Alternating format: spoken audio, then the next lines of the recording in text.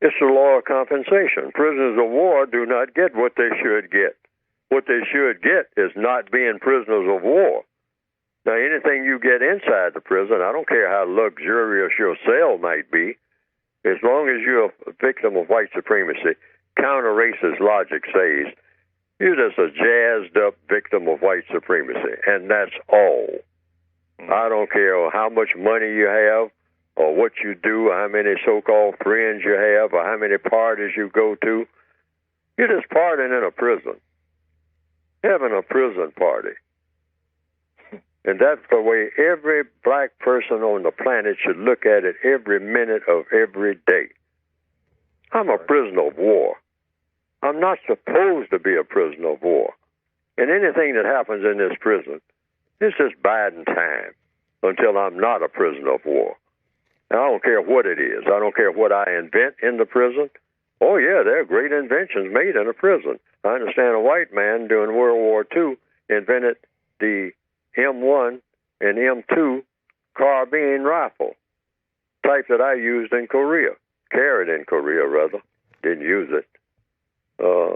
And his name was Carbine Williams, I think. I think they made a movie about him. And he was a prisoner.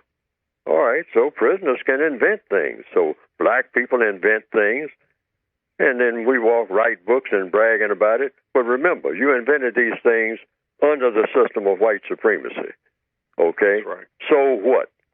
So what? So you invented something, but you're still a prisoner of war.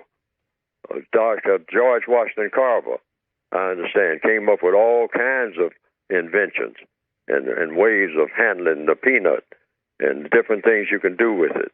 An excellent person who had an eye and a mind for the what they call the fauna of the universe and whatnot. But a slave. And we're still that way.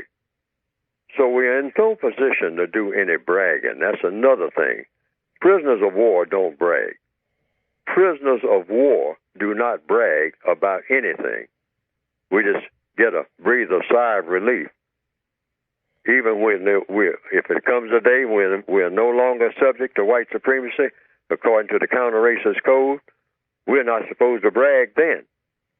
On Jubilation Day, we're supposed to breathe a sigh of relief and then start trying to clean up the mess that this world has been in ever since the beginning of the system of racism.